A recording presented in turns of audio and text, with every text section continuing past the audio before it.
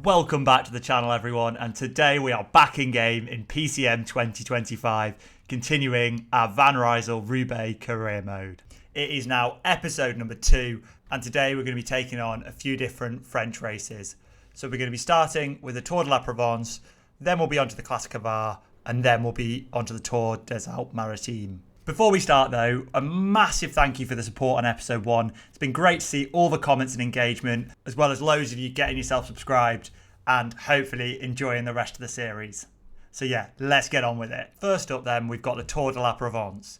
This race is starting with a short 5 kilometre individual time trial that is absolutely pancake flat. Then we've got a sprint stage with some crosswind potential. And then we've got a hilly, punchy kind of stage with lots of rolling small climbs. So I think the strategy is going to be survive the time trial, probably, considering pretty much none of our riders can time trial at the minute. Then try and do some damage in the crosswinds on stage 2 before seeing what happens on stage 3. Fortunately, with them crosswind stages, we do have some decent flat stats on our riders, so hopefully we should be able to roll some decent echelons.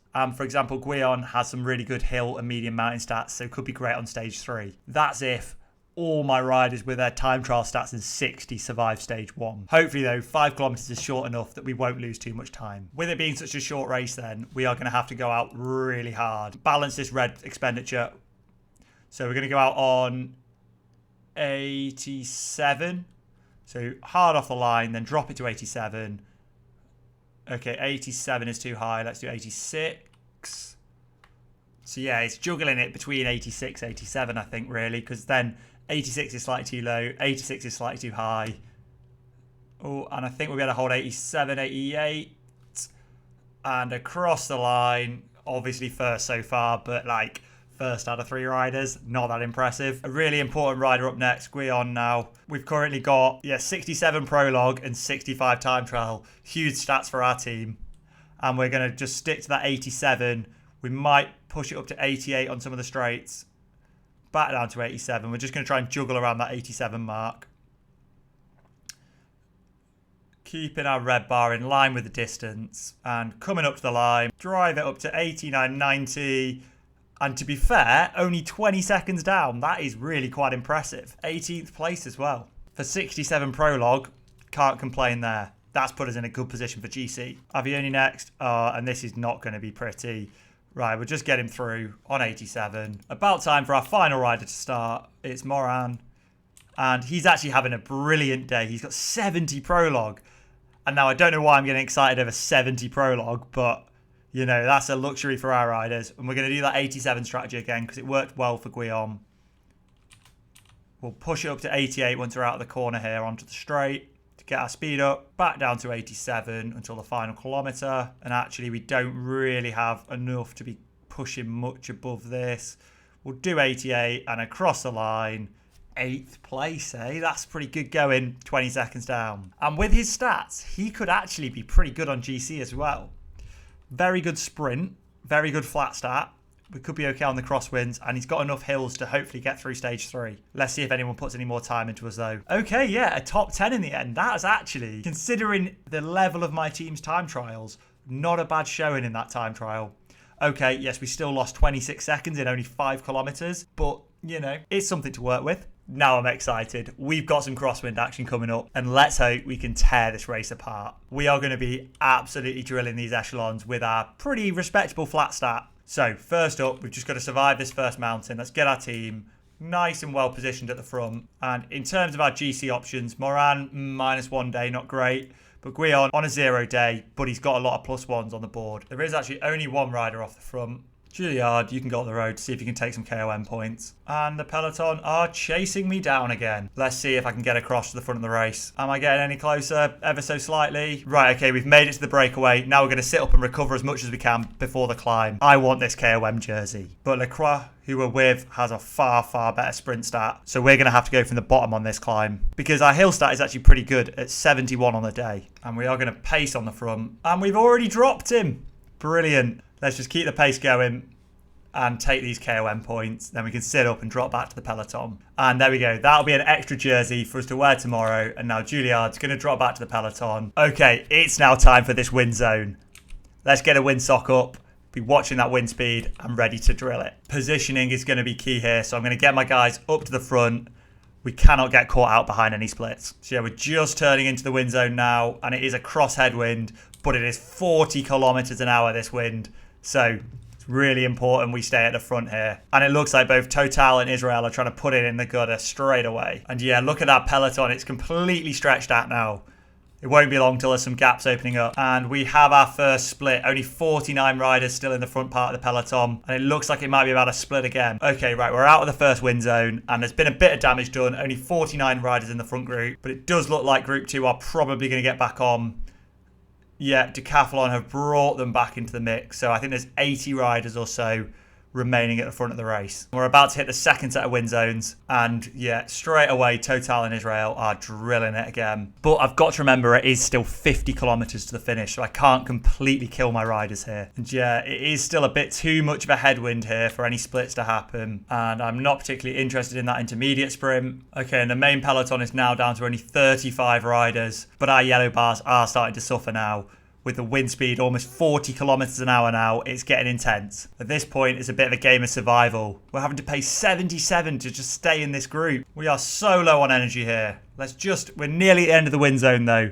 Let's just try and survive. There are only 29 riders left in Group 1. The problem is our rider with the most energy, Jarnett, is actually our worst placed on GC out of the 3 riders we've got left. I don't think Moran's going to survive much longer. I will use a gel on him to see if he can survive. But oh my god, there's attacks coming now. And Moran is recovering some energy now, which is great. We probably will keep him in GC. But what I don't want is I don't want some of them riders to come back into the race who are out the back. So I am going to give a rider to the front just to pace 70 to maintain the group. And there we go, Trek have started pacing properly now. And let's give Jarnett a nice lead out to try and go for this stage win. Up to 99, the last 2.5 kilometers. Launch with Moran now, at 1.5 to go. Ready with Jarnett, and he can go as well. Let's see, can we get anywhere? I don't think there's going to be any results for us here. No, nothing. And let's see if there's any gaps given on the stage. I think Guillon's going to be losing a little bit of time there. Okay, so after that decimation of a stage, let's look at the results. So we got 7th and 11th with our riders, which, considering our stats and the guys we're racing against, wasn't too embarrassing. Unfortunately, Guillon did get caught out there and lost 45 seconds to the rest of the riders. Anyone who wasn't in that front group is now completely out of it on GC, losing 3 minutes and 11. Right, well, unfortunately, I don't think this stage is going to work. I've been stuck on this screen for about 10 minutes. I've rebooted my game and it's still not loading. I guess that's just the teething issues with running custom maps on a brand new game. So unfortunately, we are going to have to quick sim this one. Okay, let's see what happened. And unfortunately, we were nowhere, which is a real shame because I thought we could have done something there. 2 riders in the top 20 on GC. Not the end of the world, but still not great. Okay, well, that was a shame we had to quick sim there. But now it's time to get some redemption in the classic VAR. This race is pretty rolling hills all day, with a really steep, punchy finish. So hopefully we'll be able to make use of Remy Capron's amazing 73 hill stat. Well, I say amazing for our team right now. However, his fitness is pretty bad at the moment, so we'll see if he gets a decent day. And having a look at the favourite screen, there is some really serious competition here. But I've definitely noticed on PCM 25, the peloton does not seem as keen to let breakaways go, even when they are just like no-name Conti riders. But it looks like today we have managed to get into this break. Yeah, look, there are riders pacing behind a really nobody breakaway. I don't know. I think there might be something a little bit miscalibrated with the AI. So I think the developers might need to have a look at that one. But it does seem now the peloton have sat up. So let's get a bit deeper into the race. Looking at our daily forms then, Capron is not having a great day. But Jarnett is, and he's got a pretty decent acceleration and sprint stat as well, along with 73 hill stat. So I think he might be our leader for today. Final 30 kilometers, this is where positioning is going to start getting important. We're just about to reel the breakaway in. So yeah, let's get ready. Got a bit of a short climb up the Col de Blavet. We are struggling a little bit yellow energy wise, but this final climb is so short that it's all going to be down to that red bar. So I don't think it's going to matter too much. I think we'll have plenty to get to the line here. The main thing is going to be positioning. We've only got about 15k to go and the race is all together. But then as I say that, there are some attacks going off the front here. Matthew Bergadeau on the move. But since we're only a Conti team, it's definitely not our responsibility to chase that one down. Right, it's now 10k to go. Let's form a bit of a train and get into position. We need to get this position at the front of the peloton. Gels on everyone other than our final 2 riders. Let's get this position right on the front. Capron, you can get out the way now. And gels on everyone else. Ready to kick up this climb in a second.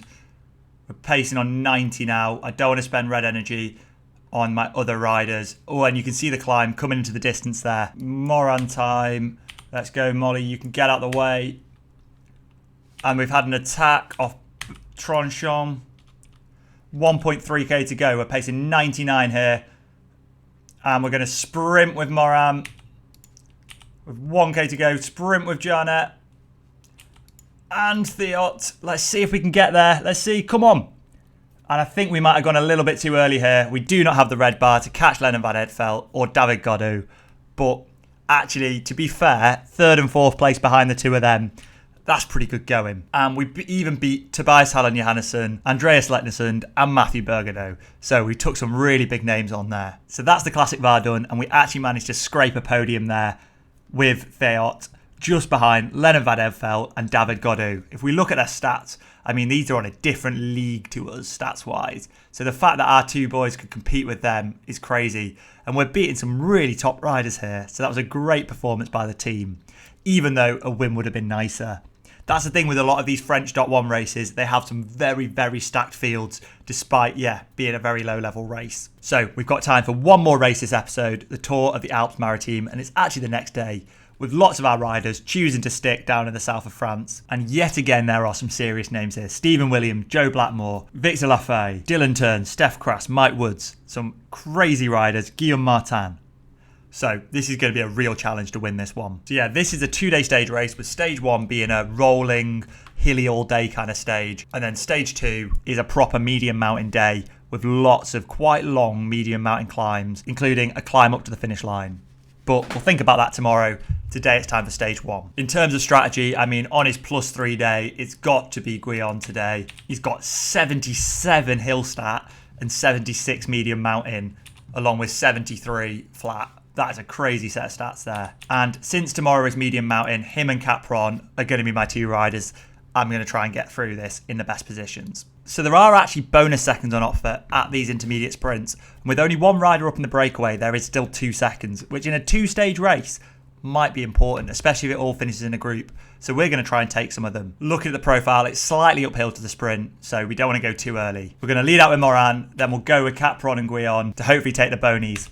And it looks like we might just about get this. And yes, there we go. We got the 2 and 1 bonus seconds. It might not sound like much, but if we lost GC by 1 or 2 seconds, you never know, it could make the difference. Especially since they were pretty much free to take. Oh my God, I hadn't noticed.